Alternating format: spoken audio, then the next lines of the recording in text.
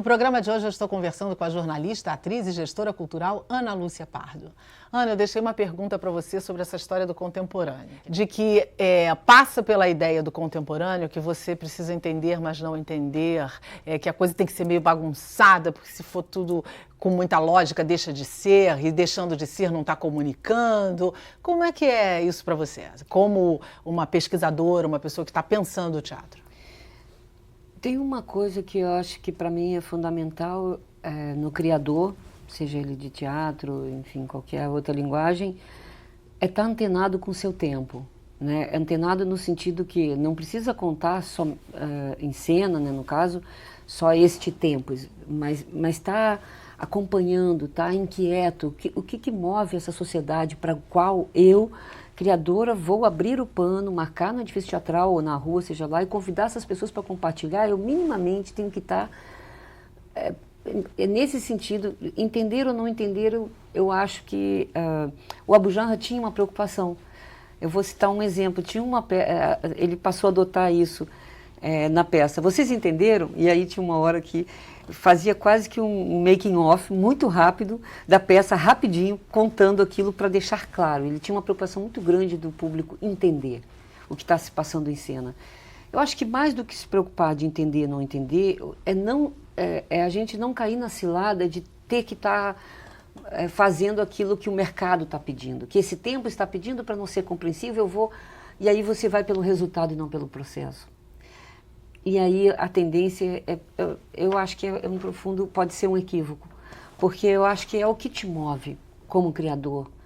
Tem que ser uma urgência que faz você ocupar uma inquietação. O palco, uma inquietação de fazer este espetáculo e não outro, este texto, esta provocação, com que linguagens, com que elenco, com que mecanismo, que partitura cênica, e para que mundo, que sociedade, como é que eu vou compartilhar, como é que eu vou dialogar com essas pessoas.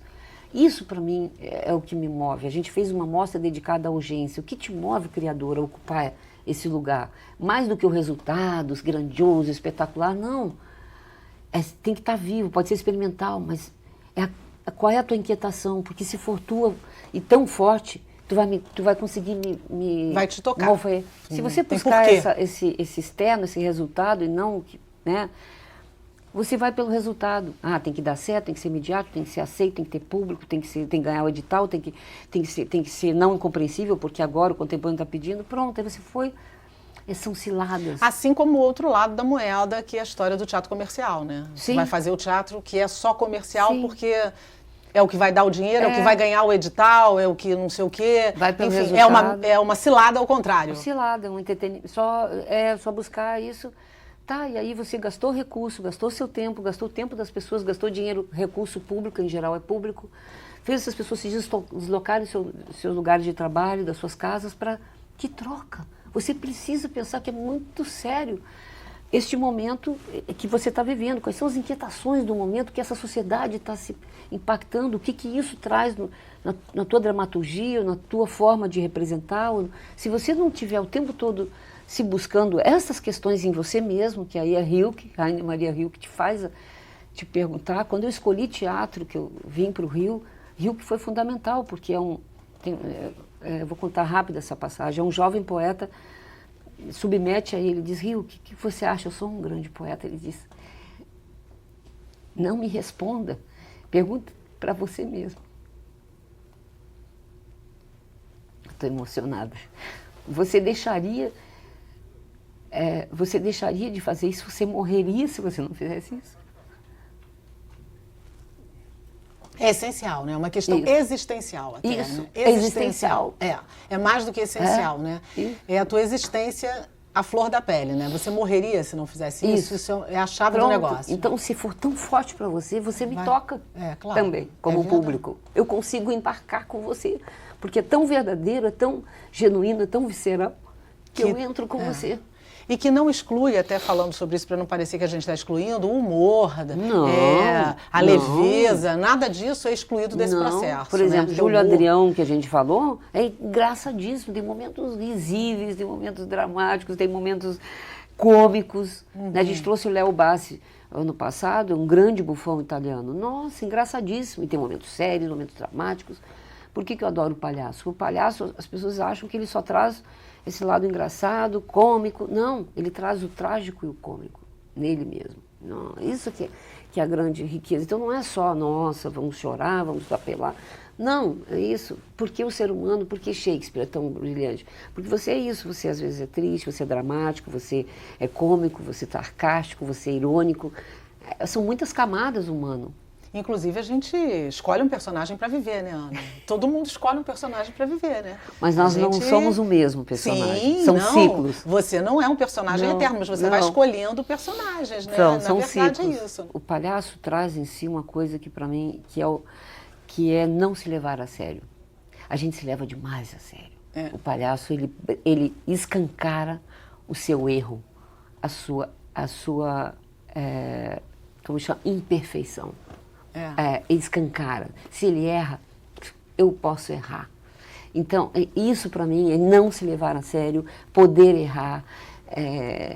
Isso é muito humano, porque nós somos imperfeitos, somos mortais e imperfeitos. E o palhaço escancara isso. Essa possibilidade desse colorido, dessa invenção, desse cômico e trágico, e ao mesmo tempo da imperfeição. É verdade, não é? com toda Então, certeza. E transgride, né? Transgride. Isso é maravilhoso, Sim. né? Sim. Ana, você é uma batalhadora inconteste pela cultura, trabalhou e trabalha, inclusive na área pública com isso. Você trabalhou com o Gil, você trabalhou nas comissões de cultura, em órgãos públicos, como ouvidora. E eu queria saber de você que lugar a cultura ocupa no sentido real no Brasil.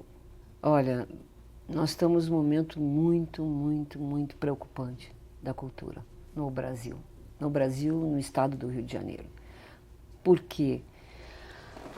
Porque a cultura brasileira, a cultura é vista como uma área apenas do espetáculo e das artes. Ela costuma, como entretenimento, por si só já seria grandioso, é rico, são muitos trabalhadores da cultura vivendo disso de fato, sobrevivendo e realizando e criando. Mas é muito difícil que os próprios gestores entendam que a cultura, ela atravessa a vida humana. O seu fazer, a forma de linguagem, a sua cultura, de onde você vem, a sua forma de alimento, como é que a religião que você escolhe ou não escolhe, como que você dorme, como que, né? Tudo, a saúde, a educação, ela perpassa todas as áreas, as dimensões do humano. Então ela é muito profunda.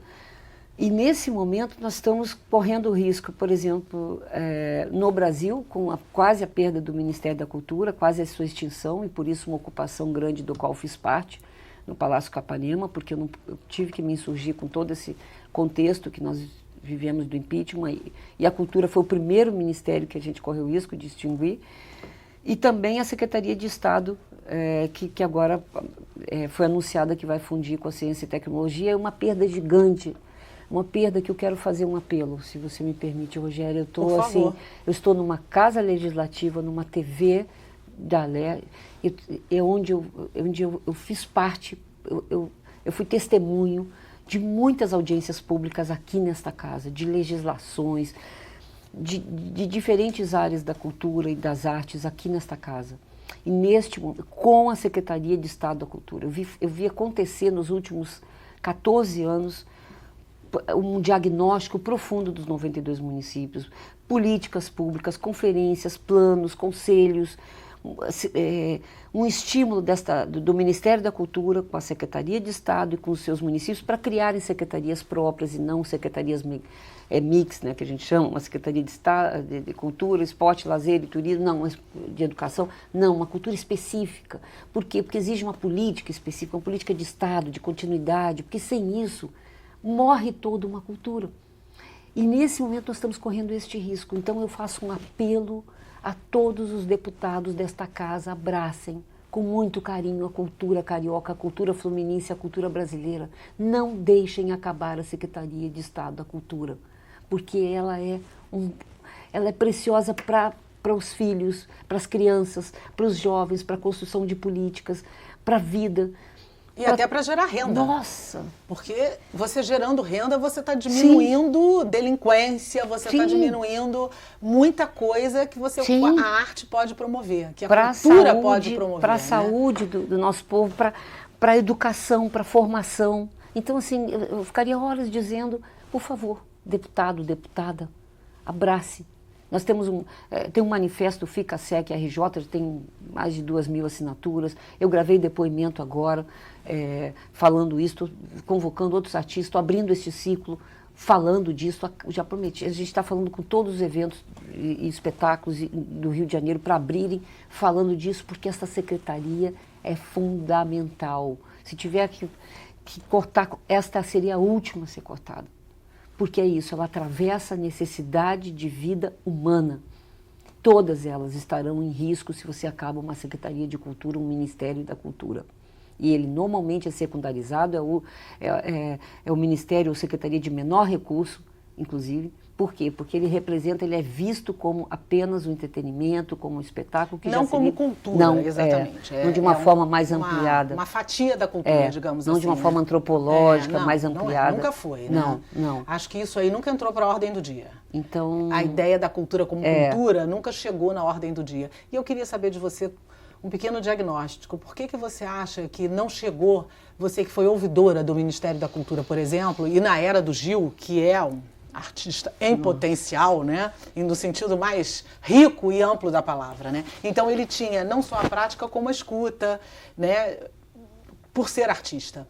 O que você acha que a gente não conseguiu? Ainda ficamos com alguns hiatos. E o que você mais ouvia? Olha, eu diria, como artista, fiz parte de muitos movimentos artísticos, Fórum das Artes do Rio de Janeiro, 2003, né, para discutir as questões trabalhistas, previdenciárias dos trabalhadores da cultura, enfim, políticas públicas, e nisto eu fui convidada, então trabalhei com 4 ministros, quase 15 anos, mas eu diria, nesses quase 15 anos, nesses 4 ministros, que eu poderia chamar de uma revolução cultural com Gilberto Gil. Nossa! Não só como ministro, mas era um poeta, porque desde o conceito de cultura, de se repensar este conceito do qual a gente está falando, que normalmente é visto de uma forma extremamente reduzida, visto, é só isso, é só um grupo de artistas aí querendo fazer espetáculo, é visto assim como uma coisa menor, uma coisa secundária, vamos cuidar da saúde e educação, é verdade. É como se a gente fosse, como chama, não necessário, não imprescindível, não prioritário. E Gil repensou esse escopo do conceito de cultura em 3 dimensões, que é a dimensão simbólica da vida humana que a gente falou, a dimensão cidadã dos teus direitos, da justiça, da democracia, cada vez mais estamos falando isso no país, no Estado e no mundo, e a dimensão econômica da cultura.